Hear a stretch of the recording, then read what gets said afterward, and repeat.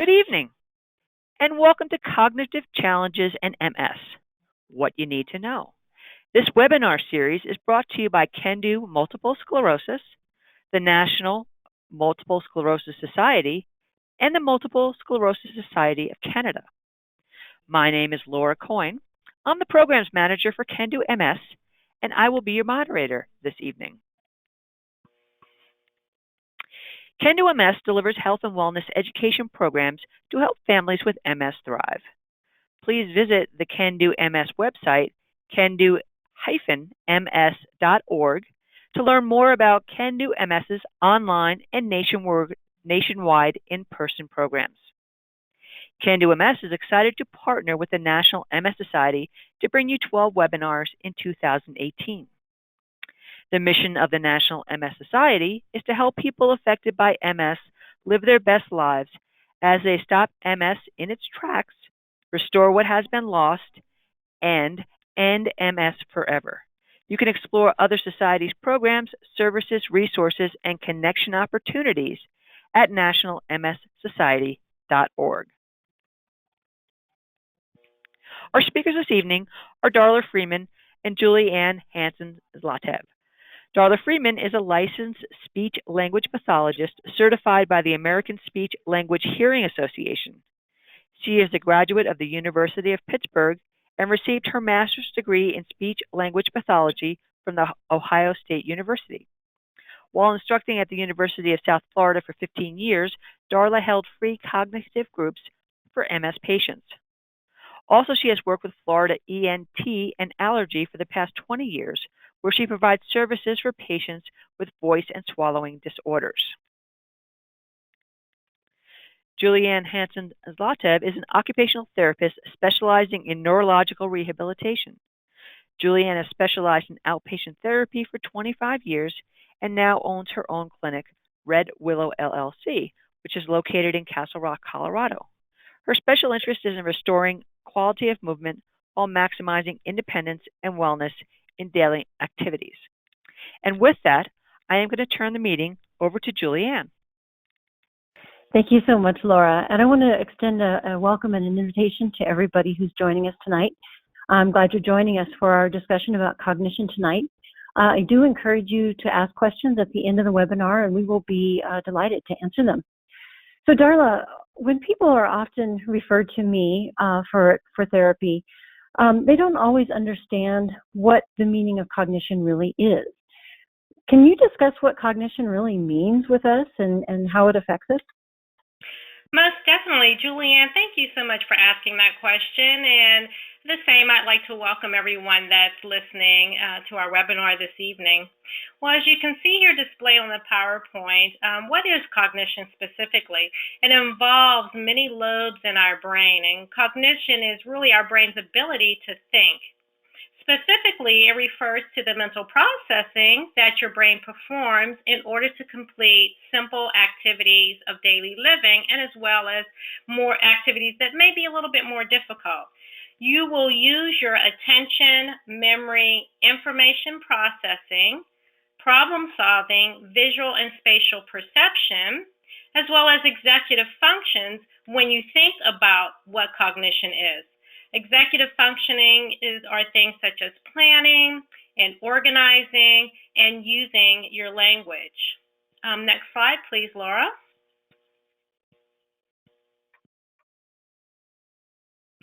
Now, what we do know is that cognition impacts 65% of multiple sclerosis. Now, that can range as low as 45%, and specifically, you may have short-term memory problems.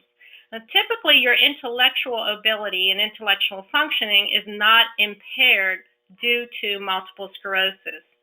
Furthermore, the National Multiple Sclerosis Society does give us an overview of what they feel cognition is and changes with cognition. Now, cognition can be one of the first symptoms of multiple sclerosis, but are more common later in the disease. Cognitive function does correlate with the number of lesions and lesion areas on an MRI, as well as brain atrophy. Cognitive dysfunction can occur with any disease course but is slightly more likely in progressive multiple sclerosis. You are more likely to experience cognitive dysfunction, which are the first signs or new changes, while you are presenting with an exacerbation. Cognitive changes generally progress slowly, but they are unlikely to improve dramatically once they have begun. Now, one of the questions we have received was, how do you explain the changes in cognition to your family members and those who may not understand what cognition is? Well, you explain that, them know the way I'm thinking is a little different. I may have problems with my memory or ability to attend or problem solve with information. So just you want to utilize a simpler terminology to explain what cognition is. We're going to move on here, and Julianne, can we talk about some case studies? Absolutely. So we put together an amalgam of people, 3 people that we'll present to you over the course of the evening, just to show how cognition can be affected or experienced by different people in different ways. So we put together 3 people, and I'll introduce you to Sally, who is our 42-year-old mother of 3 children. The children are young, and she was diagnosed at the age of 29 with MS. She happens to be a nurse in a hospital, and one of the first symptoms that she experienced, one of the first cognitive experiences she had was while she was working. And she was having trouble with multitasking at work. So she was doing some documentation, and a coworker was talking with her, and she noticed that it was very difficult to be able to do both of those things well. And then also when she's setting up an IV and the patient is talking to her, she finds that that's a lot more challenging, and she has to focus on either one thing or the other. Naturally, as you would imagine, that's a little bit distressing to her, because that was something that happened easily and smoothly for her before. Some of this is bleeding over for her into difficulty with remembering her kids' school schedules and appointment times. And so it's very frustrating for her. She's also experiencing some word-finding difficulties, what we usually call tip of the tongue syndrome. You're just about to remember what you need to say and it slips away. She's experiencing that, especially when she's tired. So we'll try to answer some of the things that she can do during the course of this webinar to help ameliorate some of the symptoms that she's having. So Darla, do you think that her cognition will become worse over time, or will it be mostly stable? You know, Julianne, this is a very common question, especially when presented with multiple sclerosis at such a young age, and, having family and just wanting to know what's going to happen over the course of the disease. Now, we can't 100% be sure whether or not Sally's cognition will change.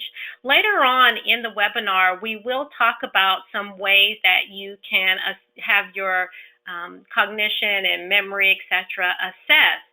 So one of the things I would answer to this or respond to this question right now is to say early assessment is very important. Some of the audience, I'm hoping, have heard of assessments like the MOCA, Montreal Cognitive Assessment, and that's something that early stages of multiple sclerosis, you should utilize that screener, and over time, taking that screener to see if there are any changes. But I guess the short answer to the question would be, it is truly unpredictable whether or not cognition will change. Julianne, do you have some more case study examples for us? We do indeed. I think our next one is Matt, who is 52 years old, married. He's a general contractor and owns his own business. His kids are college age. He was diagnosed at the age of 35. Matt's symptoms are much more exacerbated when he is fatigued, which is a rather large problem for him. And what he's running into is he's having problems with time management and organizational skills. So things that used to be easier for him, like getting the contractors organized and getting them there on time, making sure that everybody is there at the right time, which I think people understand that that's actually challenging as it is, just to get contractors, get everything in organized and ready. It's become more problematic for him and it's distressing to him. He's also been missing some appointments recently, and that is also distressing to him. A little bit later on, we're going to be talking about what happens when you become tired, or fatigue and cognition mixed together, and the answer is definitely they are. And there are several things that we can do to help this, and we'll talk about that a little bit later on. So for Matt, it's going to be very important for him to pay attention to fatigue and how to manage that. One of Matt's questions was how should he discuss his cognitive decline or issues with his doctor? And I think Darla had already mentioned before that earlier is better. So if you begin to experience symptoms of cognition, or cognition seems to be a problem for you in your daily life, bringing it up with your neurologist or even with your family care physician can earlier on, where you can begin to be tested, maybe find out where you are experiencing difficulties, and then start to implement some strategies. The earlier, the better. And that way you can keep on top of changes as they may or may not happen over time, and lessen the degree of severity and their impact on your life. Mm-hmm. Definitely. Well, it seems that our case study presentations do involve several areas of cognition. And on our next slide, I think we're going to be expanding a little bit on that, right, Julianne? Mm-hmm. We are. Do you know, are there specific categories of cognition that affect MS patients specifically? Definitely. Here on this slide, we're looking at attention, memory, and executive functioning. So I wanted to talk a little bit more to the participants about what these actually are. So with attention, you may find yourself having increasingly difficulty with keeping focus.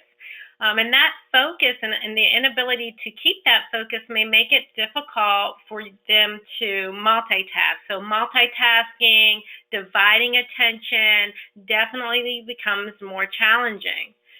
Secondarily, or the second category, is memory. Long-term memory, though, is typically not affected, but things like recalling names, recent conversations, and appointments are difficult to remember. And I think we've talked about that in a couple of our cases already. And then with your executive functioning, we do use multiple data sources to complete tasks that involve higher levels of thinking and for processing information. Now, different from a healthy brain, a multiple sclerosis related cognitive dysfunction makes it difficult for people to plan, organize, solve problems, and to make really strong decisions. So you may find it's harder to drive because of the multiple sclerosis, doing multiple simultaneous requirements, because, driving does take a lot. Let's consider what it does take actually to drive. You need to have awareness of the road, right? Such as the traffic signals, other cars around you. You have to be aware of pedestrians, weather conditions, really just to name a few. So there's a lot that's involved in that. Okay, in our next slide, we see that Sally and Matt, as we've already talked about, are very busy professionals and very busy parents. And I was wondering about cognitive rehabilitation. Julianne, do you think cognitive rehabilitation actually works? Absolutely, it does. And there are a number of strategies that we can use to modify activities, or to change how we do the activities so that they become easier for us. And I think you can expand quite a bit on this topic. Yeah, most definitely. So in general, cognitive rehabilitation works because it enhances, improves, and adapts. More specifically, with enhancing, it gives us the capacity to process and interpret information. With improving, it improves one's ability to function in your family and be able to function within your community as well. And it adapts to the presence of already having a cognitive deficit. But I do want to talk a little bit more on cognitive rehabilitation. So we will be looking at the next slide, please. So in cognitive rehabilitation, When you speak to whomever you're working with, the speech pathologist, your occupational therapist, your neurologist also can help you with cognitive rehabilitation. And it's really going to be based on the patient's individual needs, identifying what his or her problems are, but really working from what their strengths are, strengths from their physical capability, cognitive capability, emotional, and perspective. So we definitely want to make sure that is the largest focus that we make, is what does the person need and what are their present strengths. Secondarily, it requires a team. And, I've already talked about some of the professionals on the team, but the team is not only just your medical professionals, such as your therapist, it's also the patient's family members, caregivers. It's just very important to have a team approach when you're trying to rehabilitate or improve and enhance your cognition. Cognition is always goal-oriented. What is it that the person wants to do? What are you trying to achieve?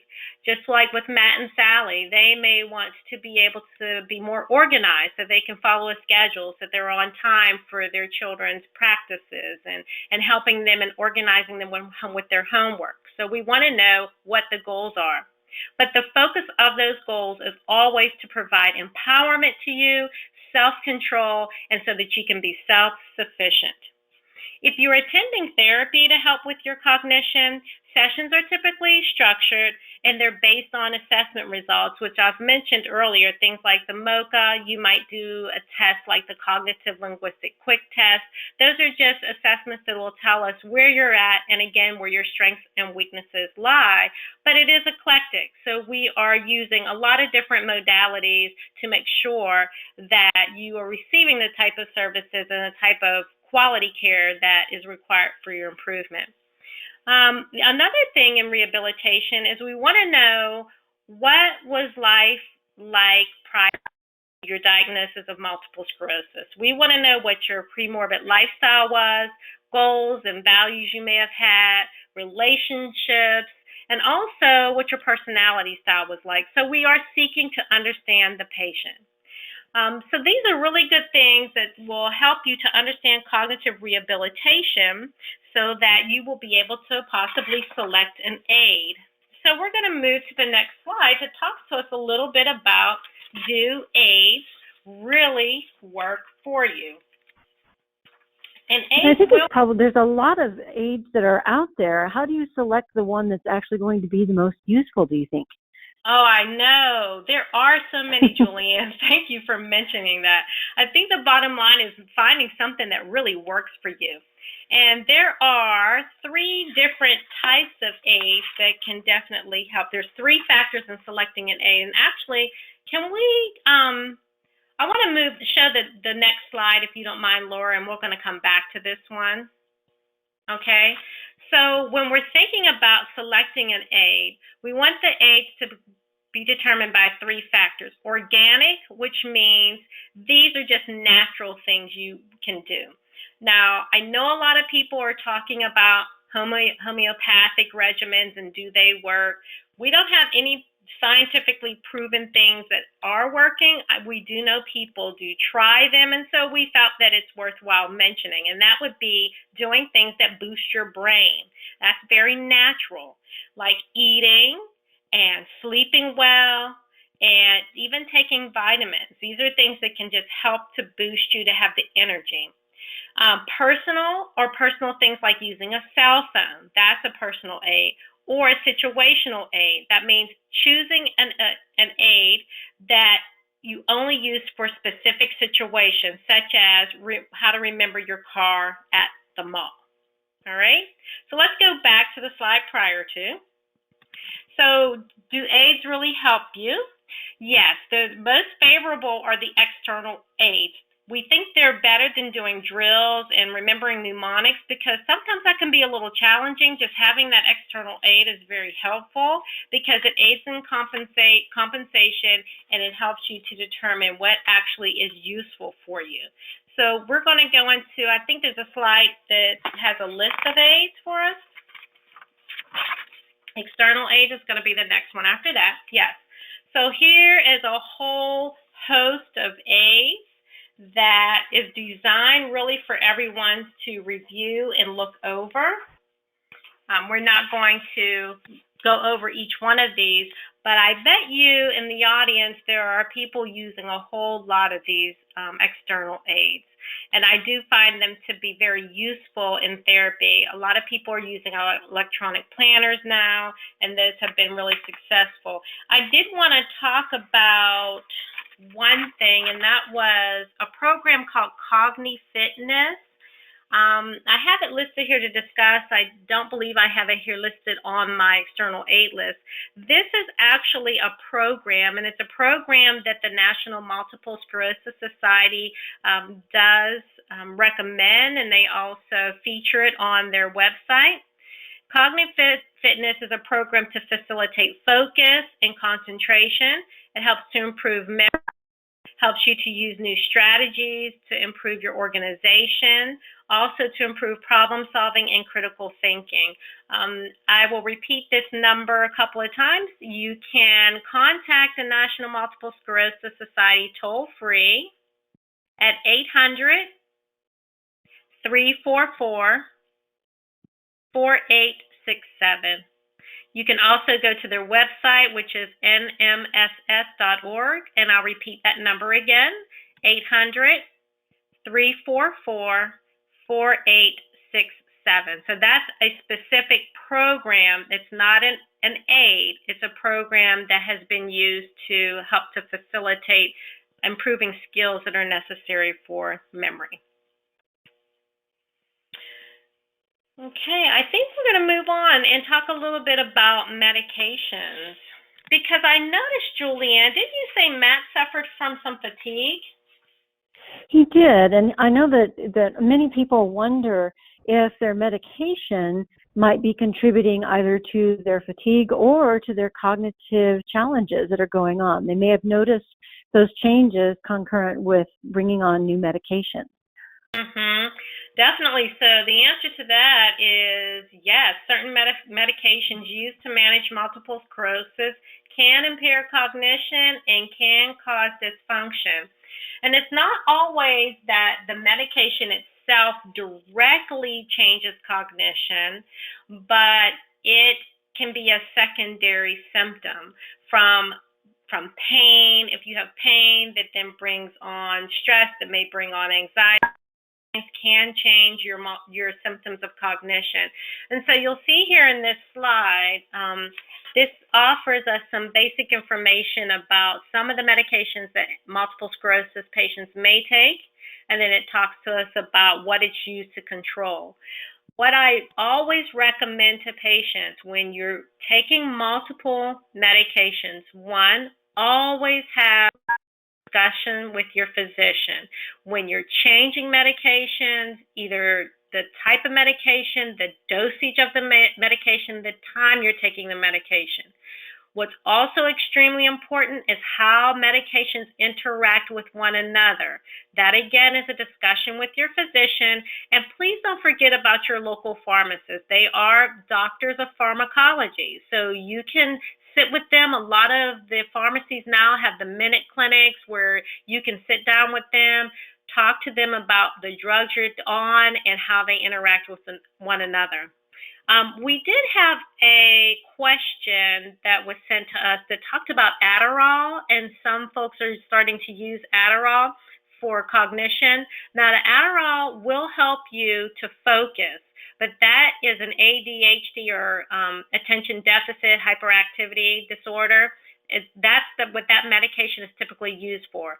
So I would say this. If you just have a diagnosis of multiple sclerosis and you're taking Adderall, that should not change your cognition. It shouldn't cause you to be drowsy or cause you to think any other different way. However, if you're taking Adderall and you have ADHD, then that may present with some challenges because of the ADHD component. But Adderall by itself should not give you any type of fatigue or any specific changes. What it should do is allow you to be more alert and more aware, because that's what ADHD medication is designed to do. Okay. So, Julianne, it sounds like managing fatigue is very important. It's been like a common theme. Matt has it. We've been talking about it with medications and how that may impact cognition. Are there other ways that we can manage symptoms of fatigue on a daily basis that can help us ultimately help cognition? Absolutely so. And fatigue really is a huge topic when it comes to multiple sclerosis. It's really a lecture series all of its own, but I thought I would highlight a few things about it for tonight. Many times people will experience a cognitive symptoms when they are fatigued, and then that's very distressing for people. One of the things to know is that fatigue is one of the most common, or in fact is the most common symptom of people who have multiple sclerosis. And what I think most people are aware of now, it's been a growing body of knowledge, is there's really two types of fatigue. The first type is primary fatigue, which is called lassitude, which is a direct result of the inflammatory and immune mediation response of multiple sclerosis. Most people describe it as hitting the wall. So it feels like it comes on very suddenly and it comes on very severely. The second cause for fatigue is really pretty much anything else that causes fatigue and affects just about everybody, but then also has an extra effect on people who have MS. And those are things anywhere from sleep deprivation to medications causing fatigue that can come from being physically deconditioned and taking on too much, or simply taking on too much. So it's really important to be able to address fatigue and its effects on your life. Some of the low-hanging fruit to address really is the secondary fatigue first of all. So minimizing the amount of or the effect that secondary fatigue can have on your life is really important. And those are the first steps. And then the secondary steps would be really addressing how primary fatigue affects different people. And it actually does affect people differently from time to time and in different ways in their lives. Probably my favorite recommendation is, if fatigue is a big part of the symptoms in your life, to be able to sit down with an occupational therapist and go over how to manage fatigue. Because there are a myriad of ways to do it. And there are ways to kind of study how you are using your body and yourself to minimize, to waste less energy and use energy more wisely for yourself. And because we're all different and we all have different schedules and we all have different goals, people will utilize those very differently. So let's go to the next slide, please. And I chose to pick up the theme of adaptive equipment because it often surprises people. Occupational and physical therapists, and maybe even sometimes speech-language pathologists, will recommend that people use aids or equipment sooner than people think they really need to. So I've often had clients say to me, "Well, I mean, I'm really getting dressed just fine all by myself, and I'm really not having a lot of trouble with that. Why are you recommending that I use some equipment?" Or you may be surprised when your physical therapist brings up using a cane or a walker a little earlier than you might have expected them to do so. The reason for that is usually because of fatigue. So equipment can make a job easier, less stressful. You can use less energy to accomplish the same task. And then that energy can be used later on in the day for something that may be more meaningful to you, or may sustain your energy for longer in the day so that you're sharper, fresher, maybe cognitive symptoms wouldn't come on until much later in the day if you're managing your fatigue throughout the course of the day. So that is across the board through your life, using fatigue management techniques in your work and your hobbies and in your play. All of those things influence how we do something, and changing how you think about how you do these things can really make a big difference in managing your fatigue. The other thing an occupational therapist will talk to you about is like an energy budget. very similar to how we would manage a financial budget. So finding out from them where you might be wasting energy, where you might be able to restore energy can really be a useful conversation. So we are ready for the next slide, I believe. Yeah, I think that we have one more case study we wanted to present. Can you tell us a little bit about Mary? On. You bet. Mary's 65. She just recently retired as a school teacher. She has grown children and 3 delightful grandchildren. She volunteers to do training for therapy dogs, and she's a yoga instructor. And the things that she is recently finding that are bothering her from a cognitive standpoint are she's having a lot of trouble with word finding. So, of course, that bothers her when she's having conversations with her family and with friends and with her fellow volunteers.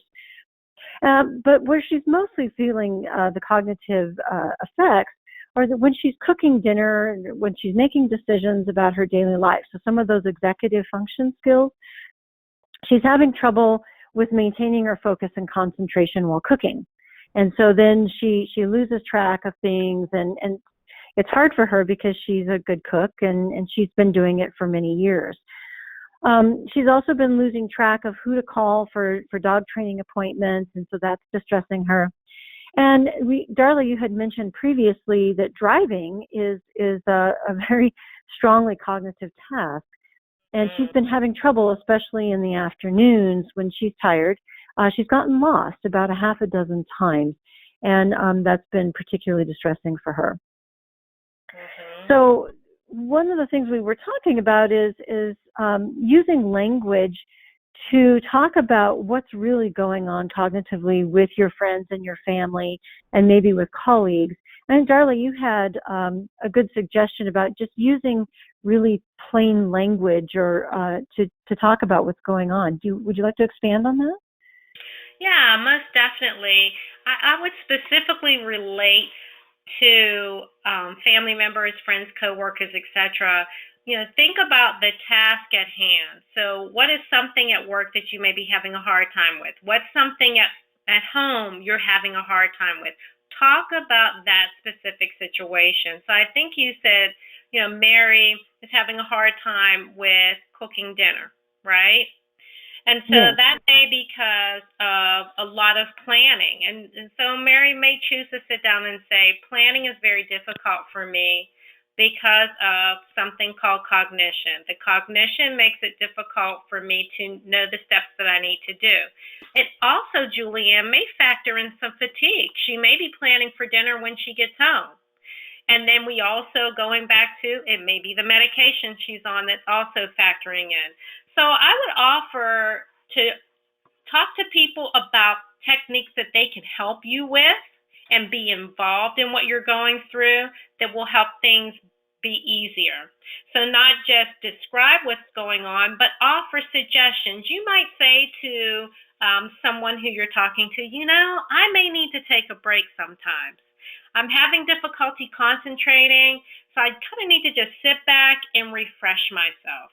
And have them be involved in that. Have them know that it's time for a timeout. This person needs to take a break. Also, maybe when cooking dinner or doing things around the house, Mary might say, I have to really do one thing at a time. I can't switch back and forth from one task to another because that's a challenge for me. So I'm going to finish doing what I'm doing, and then I'll switch to something else. So there are a lot of different compensatory strategies and techniques that you can teach those people that you interact with on a daily basis. That will make the communication so much easier. It'll make managing the cognitive changes so much easier.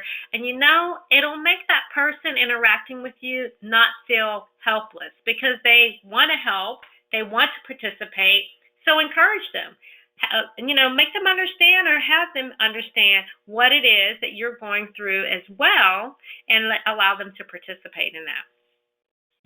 Those are excellent suggestions. Mm-hmm. Okay. Julianne, I have a question for you. Do you have any favorite games that you like to play? Well, I do like crossword puzzles. And some of them are very, very challenging indeed. But that I would have to say is probably one of my favorites. How about you? Well, I love word searches. I'm so busy these days. I use my word searches for travel, and I love to see when I've marked different dates and what I was doing when I finished a word search puzzle. I've been doing them ever since I think I was in elementary school. I just love them. So why don't we use our chat section to ask some of our participants, what are some of your favorite games that you like to play? You can type them in for us. We would love to see them. Sudoku? And what's fun about this? Sudoku. I wondered if that one would come up. Yeah. Jumble. Great. See. Now we have over 1,000 people, I'm sure. Somebody has some games out there. We have a game called Hidden Pictures. Oh yes, those are fun. Like from the what's that? There was is it Highlights? The child's magazine that used to come out, and they used to have the hidden pictures every single. That might be correct. Yeah. Have you heard of a game called Lumosity? Yeah. Those are on. Oh yes. And then I'm seeing something called Word Cross App. Oh, cool. Okay. A favorite of mine is Scrabble. Oh yes. a good old-fashioned one. That's good. We have Number Search, Hangman, Brain Games, Crossword Puzzles, Boggle. Let's see, Canasta. Solitaire. Okay, good. Let's see, Yahtzee. Nice. Poker. Candy Crush. Word with Friends. Word Connect.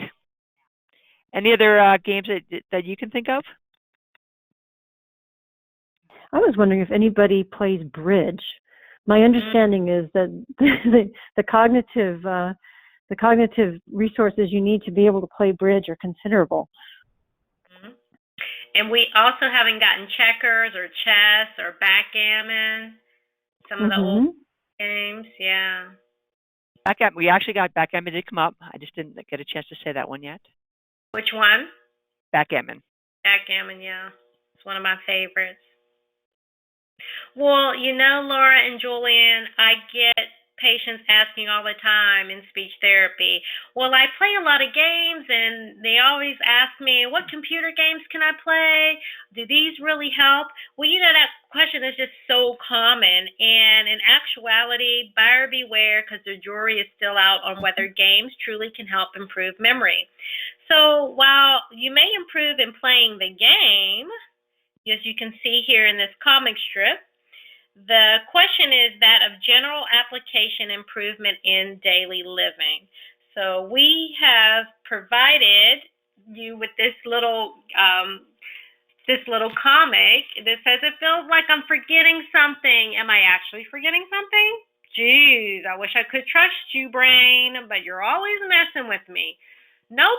I'll call your bluff. I'm going home to play video games. And then 12 years later, bananas. That's what it was. I wanted bananas.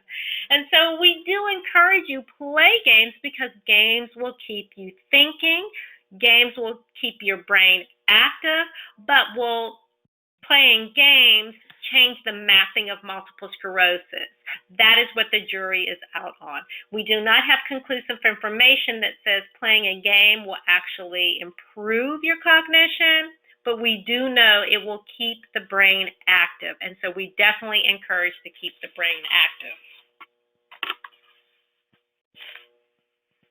Okay, we're ready for the next one.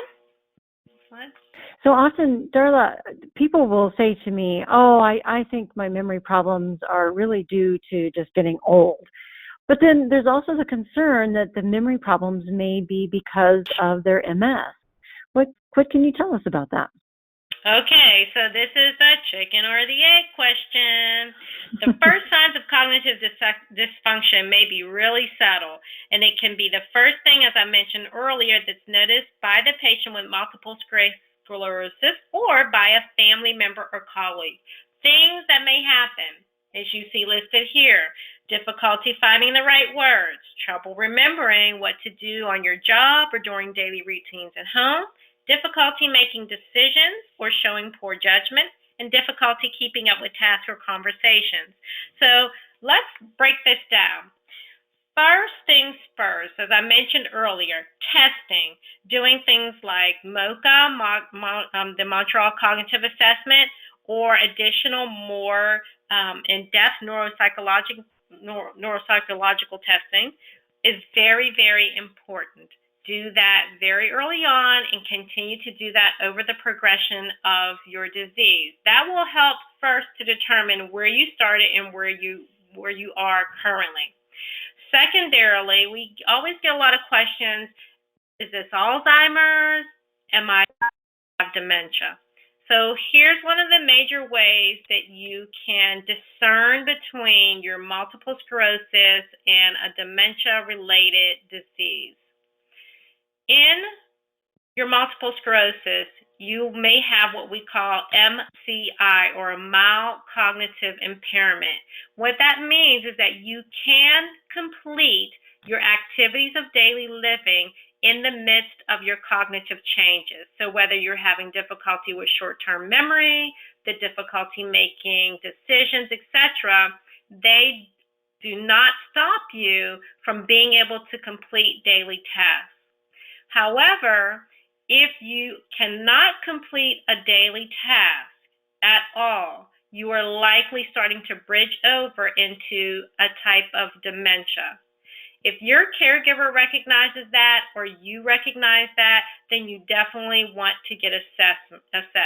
Does multiple sclerosis cause dementia? No. Dementia is a secondary, a different diagnosis. So you may have multiple sclerosis with or without a dementia. Okay?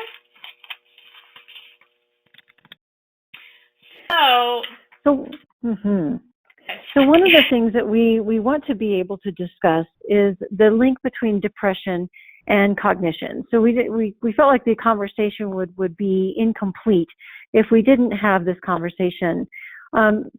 One of the things that people may or may not know is that depression is also common in MS. It's like fatigue in that it's what we would call an invisible symptom. It's not one that you can clearly see. But what I want people to know most is that depression can also be likely due to the immune mediation and inflammation of the MS disease process. So it's not a matter always of situational depression. It can actually be caused by the disease process. And so it's very important to be able to treat it. If we don't treat depression, untreated depression leads to an increase in fatigue, an increase in pain, and an increase in cognitive changes or cognitive impairment. So if you or a loved one thinks that there may be a depression component in your MS, it's really important to discuss that with your neurologist, with a nurse practitioner, and start to get some treatment for it. Because as you treat that, fatigue, pain, and cognitive changes can also then go back on the upswing, and you won't have to battle 3 or 4 very major changes all at the same time. So we definitely wanted to address the role that depression can play. That's not to say that situational depression is to be sort of brushed aside. If situational depression can be like secondary fatigue, it can have a big impact. So we really strongly encourage people to discuss depression with their healthcare team. And I think we're ready for the next slide, please. Yeah, Julianne, it sounds like many things can contribute to MS symptom exacerbation, including cognition. Are there some global coping strategies that address them all? Absolutely. So these are coping strategies that work for everyone. They work across the globe for any disease process and for whatever stage of a disease process you may be experiencing.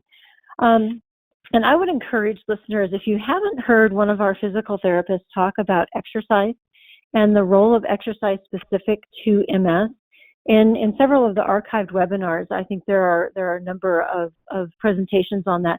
I really encourage you to listen to that, because if exercise was a purple pill, we would all be taking it. It's really remarkable in the breadth and the depth of its reach in our lives. Specifically, if you have MS, exercise can really tip the balance to managing your symptoms in a more holistic and a more healthful way. So exercise, now I would like to bring up as an occupational therapist that exercise daily may be good for you, but depending upon who you are and how many things that you're doing in your life, exercising daily may not be a part of a good fatigue plan. So you may want to do something every other day or exercise in the morning versus the afternoon. So there are several strategies there. So I just wanted to caveat that as an occupational therapist. Another global coping strategy is to reduce stress. And it's been proven in research and in many holistic medicines that learning how to breathe correctly oxygenates the body. It brings us out of the fight or flight response patterns of the daily stressors of our lives. And it helps to calm the entire nervous system, which is really helpful. Meditation, I imagine quite a few people who are on the call will utilize meditation as a technique to calm their brain, to calm their life, to manage their breath, and to reduce the stress that they're feeling. Another strategy that we have and that we're uncovering is maintaining social networks. And we're actually, in the context of this, I'm really talking more about face-to-face social networks. Social media is important. It's important to feel connected, but one of the things that research is starting to show is that we are social animals. And being able to maintain those face-to-face connections is really important for our holistic health. Particularly specifically for cognition, the banter, the going back and forth, the talking about topics with somebody live, face-to-face, is really immeasurable in its benefit for our brain. And so we really encourage people to maintain their social networks. It's important to develop a treatment team. Multiple sclerosis can be a very challenging disease to manage. It has lots of symptoms. They can wax and wane. They can be very frustrating. So developing a treatment team to help you manage those symptoms is really important. So it's not only just a doctor and a nurse, say, but it may be that you have a doctor and a nurse, a couple of therapists, a support group, and maybe a psychologist or a social worker who helps you from time to time as you need it. And staying in touch with your team is also really important. So if you start to notice changes, it's an important time to go early, as we've talked about through the course of the webinar, to address those changes so that you're staying on top of that, not letting symptoms really drag you down or change things, not waiting for things to get really entrenched for you. And then last but not least is acknowledging your symptoms and feelings. We all know that awareness is really our first key in being able to make changes in our lives. So when you become aware of how symptoms are affecting you or how you feel about those symptoms, then you are then presented with an ability to make a choice. So you become aware of the issue for you, and you can choose, how do I want to tackle it? What do I want to do about it? And so acknowledging those things is really important. So I believe we are ready now for the question and answer portion of the webinar. We are. And first of all, I want to thank Darla and Julianne for some terrific information. The first question I'm going to ask is to Darla. And Darla, we had a lot of questions about the cognitive testing. First of all, some of our participants noted that it is quite expensive. And one participant did ask, are there cognitive tests available on the internet? Yes, there are. The one I've been talking about, which is the Montreal Cognitive Assessment, that is available online. It's short and it's quick. It's there for healthcare providers and others to be able to screen one another. So that can be downloaded. It does come in Spanish. I think it's multiple languages. And it comes in different forms as well. So it's easy to give. I wouldn't suggest for the person receiving the MOCA to know what's on the MOCA. So don't study it ahead of time. No cheating, please. But it definitely can give you a short, quick look at how your cognition is. Keeping along the lines of cognitive testing, Julianne, are all cognitive tests computer-based, or are there ones that are available that do not involve a computer? There are definitely ones that do not involve a computer.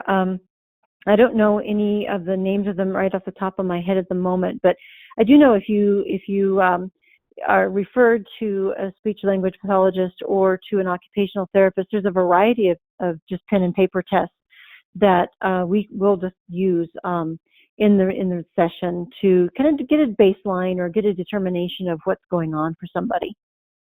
Yes, and Laura, can I please clarify for the audience that the MOCA is actually online, but it's a downloadable. So it is a paper and pencil task, because there are tasks in there that you'll need to do things like drawing a clock and then drawing a square. So that is something found online, but would need to be printed out and administered.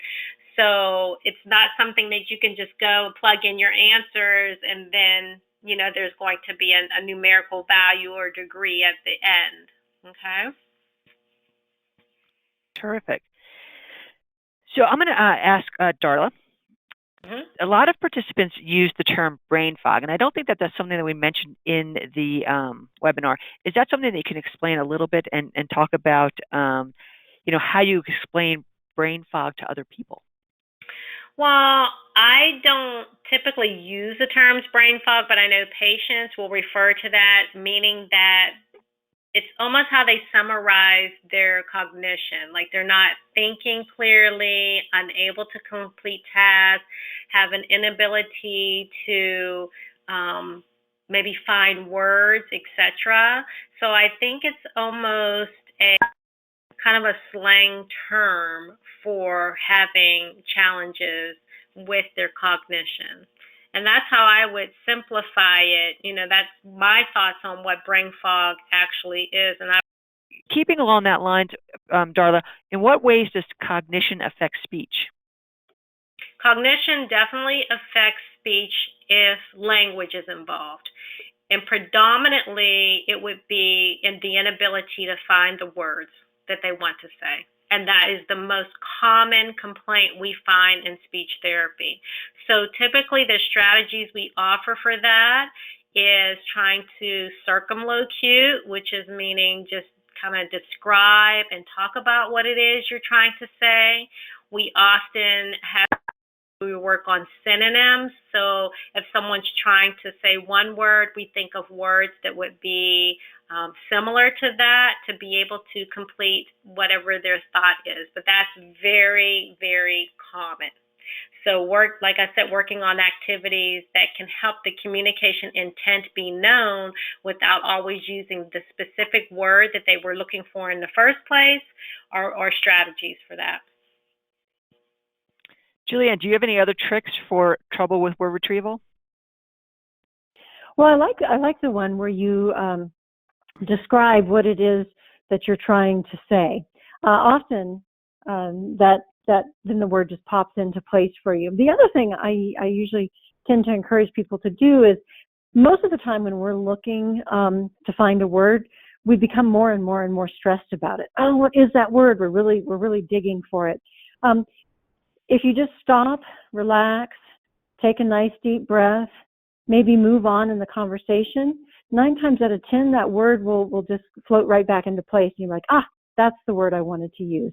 And you can bring the conversation back to where you use the word, or you can just move on with that. But usually relaxing about it is actually a pretty effective tool.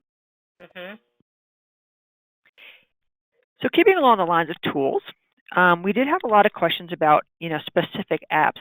And are there any apps that you can use to track your MS symptoms?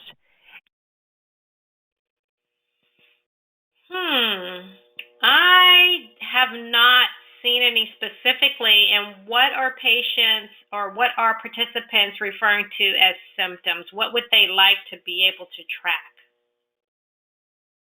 That's a good question. It was kind of more of a general question. More general. I would err on the side, and Julianne may have some additional recommendations, but I would actually err on the side of going to the Multiple Sclerosis Society website, because they do offer some helpful hints and tips. But I don't know specifically of an app that you can utilize to track your symptoms. I would concur with that entirely. Okay. We did get a number of questions regarding nutrition, Julianne. Mm-hmm. So how does nutrition affect cognition? Well, that's a wonderful question. And Darla kind of mentioned it a little bit earlier in the webinar, but we want to take a proactive and holistic approach to cognition. So eating foods that stimulate brain function, eating foods that stimulate our energy production. So things like fruits and vegetables, taking vitamin supplements that are known to help support brain health. Those are all things that are really important. Remaining hydrated is really a huge portion. And I think I've actually heard a lot of people talk about how hydration helps with their brain fog in specific. So we were discussing brain fog before. And hydration can be kind of a touchy issue when you have bowel or bladder symptoms with MS. So learning how to stay hydrated while still being able to manage those kinds of symptoms can be kind of an unusual dance. So finding the way to keep yourself hydrated, to keep yourself moving forward, those are all really important aspects of nutrition. And of course, we're all learning more and more about the evils of sugar and how that kind of supports inflammation in our body. And the other thing I would talk about too is there's quite a bit of conversation about gluten, either intolerance or gluten sensitivities in people today. And if you think that might be an issue for you, eliminating gluten from your diet for a couple of weeks and seeing how you feel can be a really useful way to figure out if that's something that really bothers you or not. And again, I feel like there's quite a bit of conversation about gluten and cognition and feeling sharper and fresher. If you do have a gluten sensitivity, when you remove that from your diet, that can really come forward. And I'd like to add just one more point on the hydration. Remember, there are a lot of fruits and vegetables that are high in water content. So if you are watching with your hydration on how much that you can have, whether it's because something else that's going on, just beware of the amount of fruits and vegetables, the water content in them, in addition to just your typical water intake. Great. Keeping along the lines of nutrition, somebody asked about memory supplements. Do they help with cognition issues? I would err on the side of saying, you may take a supplement, but you're also dealing with a neurological change. So an organic supplement, I think that would be a 50-50, Julianne, unless you have more information, because I think you have this neurological change that's there and not changeable. But can we say don't take the supplement? It's going to be something that you may try and see if it works, but will it change the course of the disease, or will it change the characteristics of it, or what things you have because of the MS? I would err on the side of saying no, it wouldn't. I would concur with that. So here is the crystal ball question that a number of people have asked. How bad will it get? My cognitive challenges are worsening. What should I expect? And I know that's a really difficult question. Mm-hmm. It is. Darla, I'll have you tackle that one first. Well, I think that you should expect and be prepared for a spectrum of changes. On the most positive side, that cognition would stabilize. On the other end of the spectrum, cognition would decline, but as we were talking about earlier, if you just have cognitive decline that does not involve a type of dementia or Alzheimer's, it is likely that you will be able to manage your cognition using external aids, using compensatory techniques. Keep in mind your external aids may mean using someone else, like a caregiver, to remind you to take your medication, because at later stages you could set a timer and that timer could go off and you might think to yourself, now why is this timer being set off?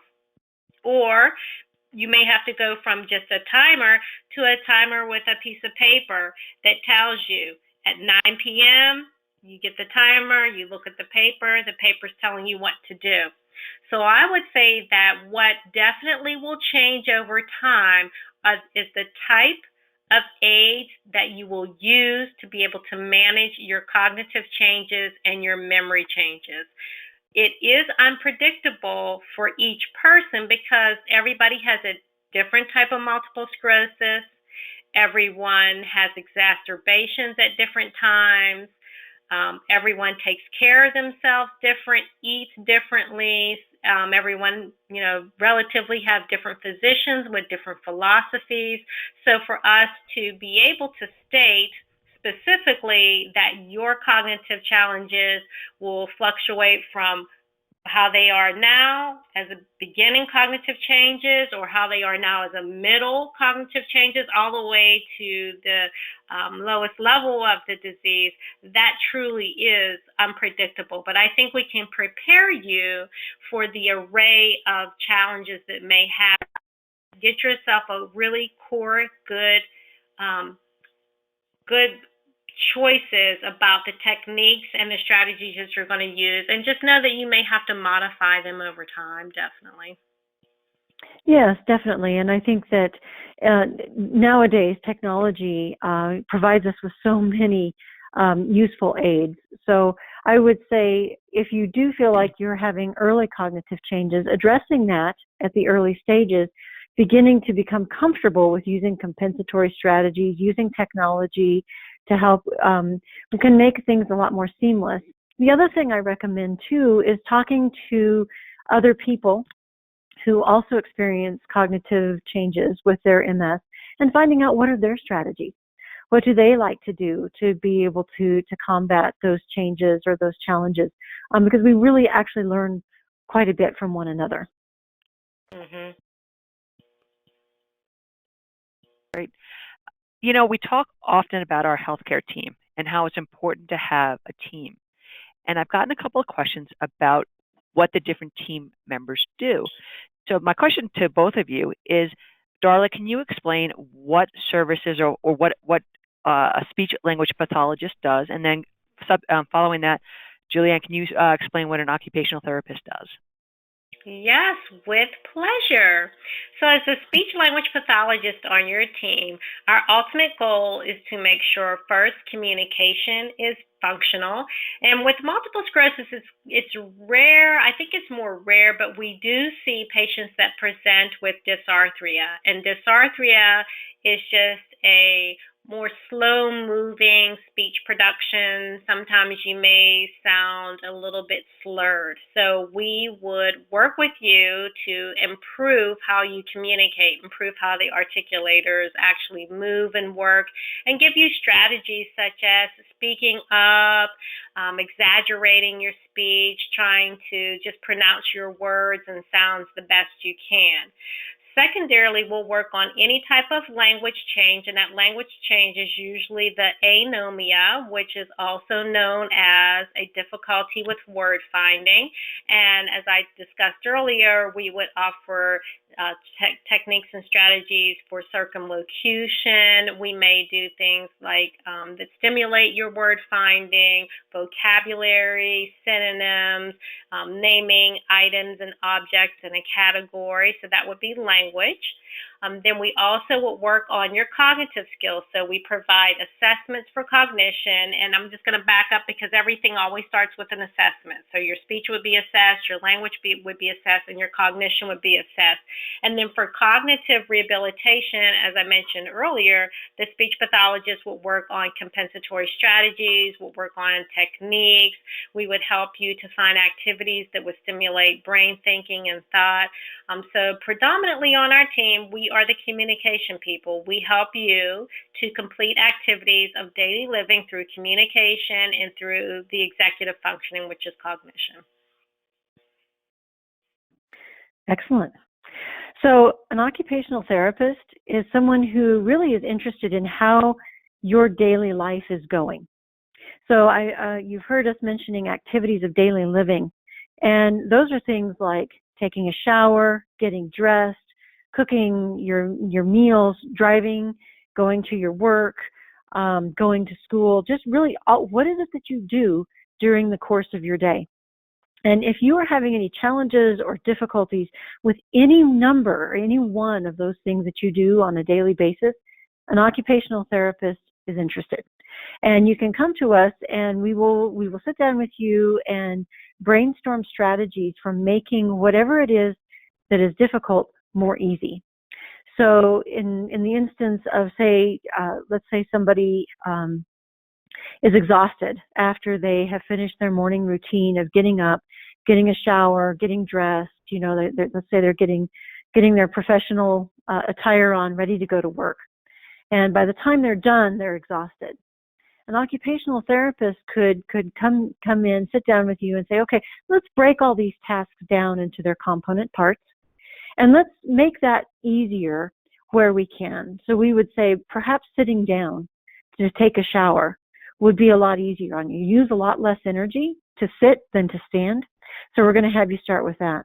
And then we're going to have you combine a couple of the grooming tasks that you do. We're going to have you sit down to curl your hair or to do your shaving. We're going to have you move your clothes in your closet so that they're closer into you and you're not having to reach or to bend or to lift to be able to get your clothes.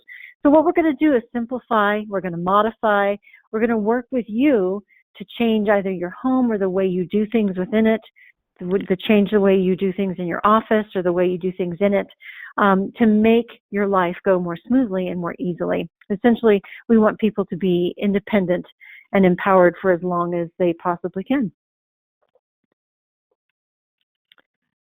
Thank you. So this is another tricky question, a difficult question. I've gotten a lot of questions about people who are not finding the answers they want, especially from their neurologists. They are not seemingly, addressing issues of MS, and that there is not an MS specialist in their area. Are there any suggestions that you might have for someone that's in that position? Most definitely. I think the National Multiple Sclerosis Society website and using that 1-800 number, extremely important for you to connect with them so that they can find the closest center for excellence, if you want to call it, so that you can speak with the people closest to you so they can make some recommendations. And the other thing, as Julianne had talked about earlier, talking to other patients is really important. So find your local support group, go to your local support group. You would be amazed by the information they have. Most of the leaders of the MS support groups are in direct connection with the MS Society, so they can help you, help direct you to where to go. And Darla, I would absolutely echo. Yeah. The number that you gave out, which is that 1-800-344-4867, I believe that's the MS Navigators, is it not? I have that. I just have it down for the more information. I thought it was for for the National Multiple Sclerosis Society. It isn't, but I believe that they call their team that helps is the navigator team. So I just wanted to kind of bring that up, and I believe the number is also 1-800-FIGHT-MS. Okay, I'll look. So just to add a little information. Were you going to say something, Julianne? Yeah, I would actually say that over the years I've been able to work with people who have lived in rural areas, and so they don't have a lot of easy access to a neurologist who specializes in MS. And so I would echo what Darla says about finding a center of excellence or a neurologist that does specialize in MS in the closest possible location to you, because it can really make a huge difference in how you live your daily life to have somebody who truly understands that and really answers your questions. So it may mean that you have a once every 6 month standing appointment in a large city that you have to go to, but I think it's well worth the effort to have that kind of support. Mm-hmm. Absolutely. It looks like we have time for one or two more questions. I got a lot of questions about reading, and is reading a good tool to use to fight cognition issues? Do you want to answer that, Julianne? Oh, I think it absolutely is. As a fan of reading myself, I think it stimulates our thinking.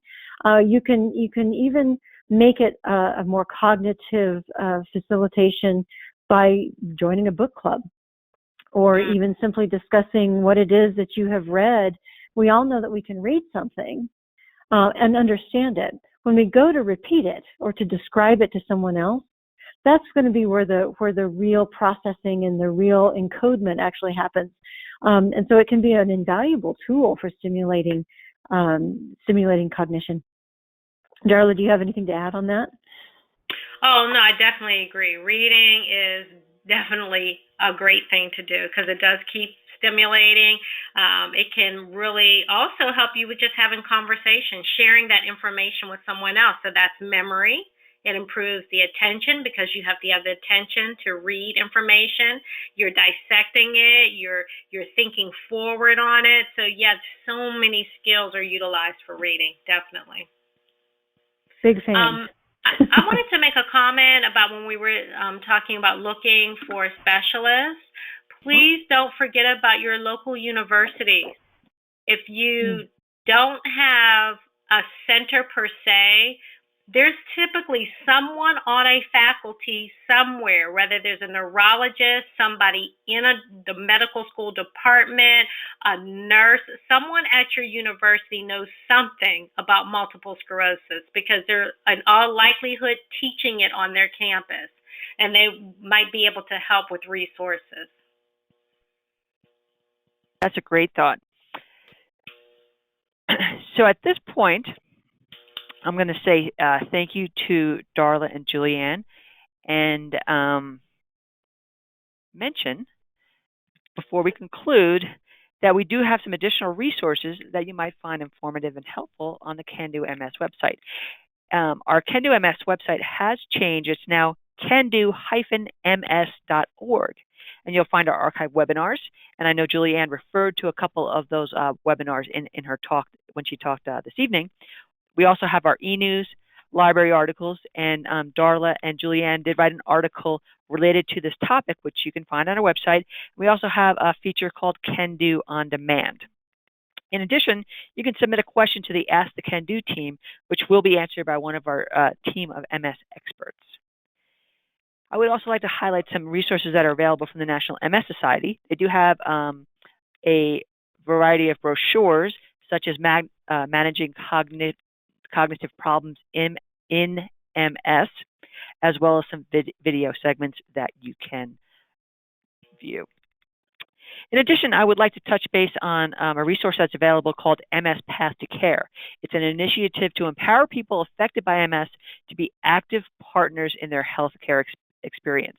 You can visit mspath2care.com to learn more about the importance of shared decision-making in MS care. The next webinar in our webinar series is about healthcare issues for women in MS. And as always, you can register for the webinar and telelearning series free of charge on the Can Do MS website. And if you are participating live tonight, please give us some feedback in the survey that will appear on your computer screen. Take a moment to complete the survey and share your input. Your feedback helps us to continue to improve our webinar series. And I would ask, if you do want to support our webinars with a donation, please text 970-626-6232, and you can text to donate. With that, I want to thank you, the audience, for participating in this webinar this evening. Thank you for joining us, and have a great evening.